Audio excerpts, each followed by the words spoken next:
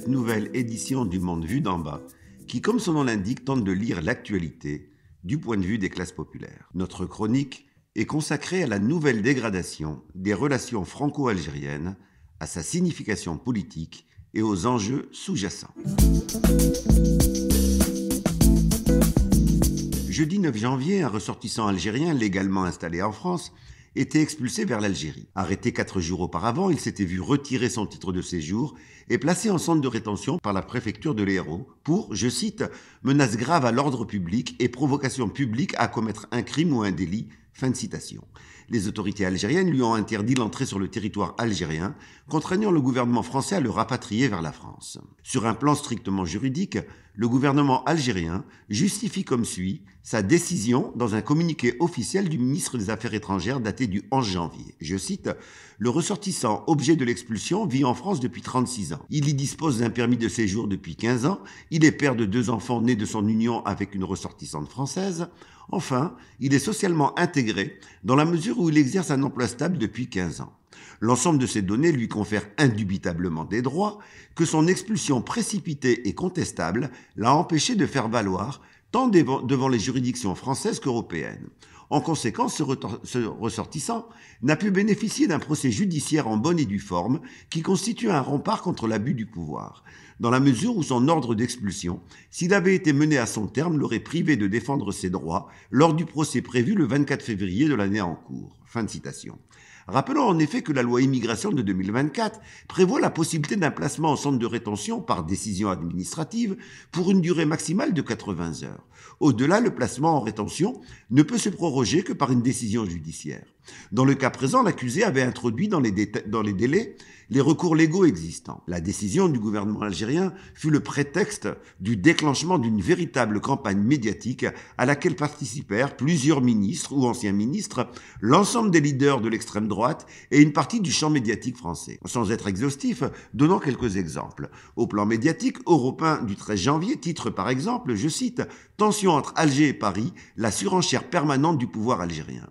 Le ministre de l'Intérieur, Bruno Retailleau, utilise pour sa part le vocabulaire de l'honneur et de la dignité offensée. Et je cite, « L'Algérie cherche à humilier la France. Je pense qu'on a atteint avec l'Algérie un seuil extrêmement inquiétant. » Fin de citation. Le ministre des Affaires étrangères, Jean-Noël Barrot, complète par un discours de la menace. Je cite, « La France n'a pas d'autre possibilité que de riposter si les Algériens continuent cette posture d'escalade. Il y a tout un arsenal de ripostes diplomatiques, certaines choses que nous disons, d'autres que nous ne disons pas. Nous le ferons au rythme et à la manière que nous jugerons la plus efficace en mobilisant tous les leviers à notre disposition. » Fin de citation.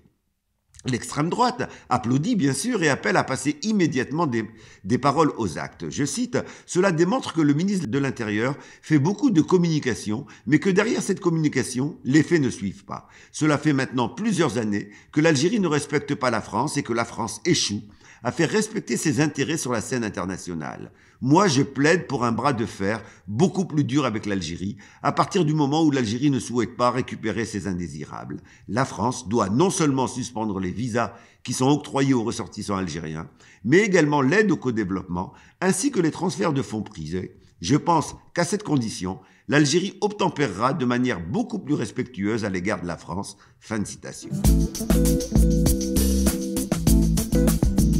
Au-delà du prétexte, comprendre la véritable cause de cette nouvelle séquence de dégradation des relations étrangères de la France avec un pays africain suppose de la recontextualiser.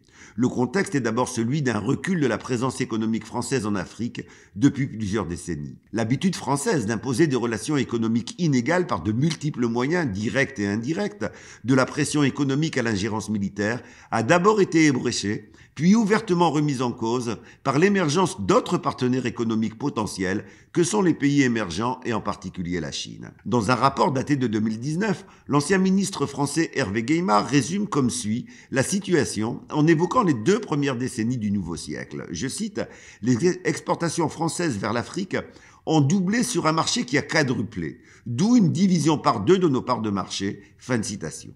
Cette régression en faveur des pays émergents, précise le rapport, est doublée par la perte par la France de son statut de premier fournisseur européen du continent africain au profit de l'Allemagne. Sur le plan des parts de marché, la France représente 7,35%, loin derrière la Chine qui compte pour plus de 27%, mais aussi désormais talonné par l'Allemagne à 6,57% et les États-Unis à 6,5%.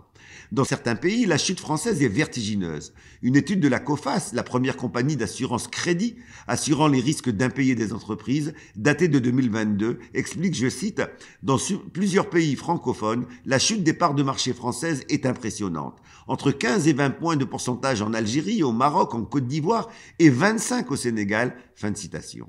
Le contexte, c'est aussi celui d'une présence militaire française de plus en plus rejetée comme symbole d'un lien néocolonial et de l'ingérence dans les affaires intérieures d'États souverains. En quelques années, le monde multipolaire qui se développe a offert de nouveaux partenaires possibles en matière de défense et de sécurité. Le résultat ne s'est pas fait attendre avec les ruptures des accords de défense avec le Mali, le Niger, la Centrafrique, le Burkina Faso d'une part, et l'annonce de la fermeture des bases militaires françaises au Tchad, en Côte d'Ivoire et au Sénégal. Bien sûr, la situation est différente dans chacun de ces pays et le retrait des troupes françaises n'a pas la même signification politique partout.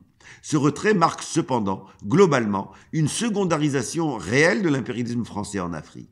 La France n'a tout simplement plus les moyens de prétendre être le gendarme de l'Afrique, comme elle l'a été pour le plus grand bien de ces multinationales depuis les indépendances. Le contexte, c'est enfin une crise de régime sans précédent, caractérisée par un président rejeté par la très grande majorité du corps électoral, une colère sociale d'ampleur cherchant encore son canal d'expression et une dépendance également inédite du gouvernement vis-à-vis de l'extrême droite. La crainte de l'explosion sociale, l'absence de projection politique possible du fait de la composition du Parlement, les chantages de l'extrême droite, la volonté de remettre rapidement en cause des conquis sociaux afin de retrouver une compétitivité internationale perdue et les besoins pour ce faire d'entretenir une boucle émissarisation de l'immigration, tous ces facteurs se cumulent pour faire émerger une logique de nostalgie d'empire, c'est-à-dire des tentatives de restaurer par tous les moyens le lien de dépendance remis en cause par les pays africains. Des affaires Sansal et Daoud, à l'expulsion de cette semaine, en passant par le ton paternaliste et colonial à l'égard du Tchad et du Sénégal, et par la tentative de retrouver une base offensive au Maroc en reconnaissant la dite marocanité du Sahara, c'est cette nostalgie d'empire qui se déploie de manière de plus en plus ouverte. Le savoir est une arme et il commence par le savoir s'informer. Nous espérons que notre émission a apporté sa contribution à cette information citoyenne nécessaire et urgente. N'hésitez pas à nous transmettre des sujets d'actualité que vous souhaitez voir traités dans notre émission. Ils seront traités dès qu'un fait d'actualité en lien avec eux permettra d'y revenir. Nous vous donnons rendez-vous dans quelques jours pour une nouvelle séance du Monde vu d'en bas.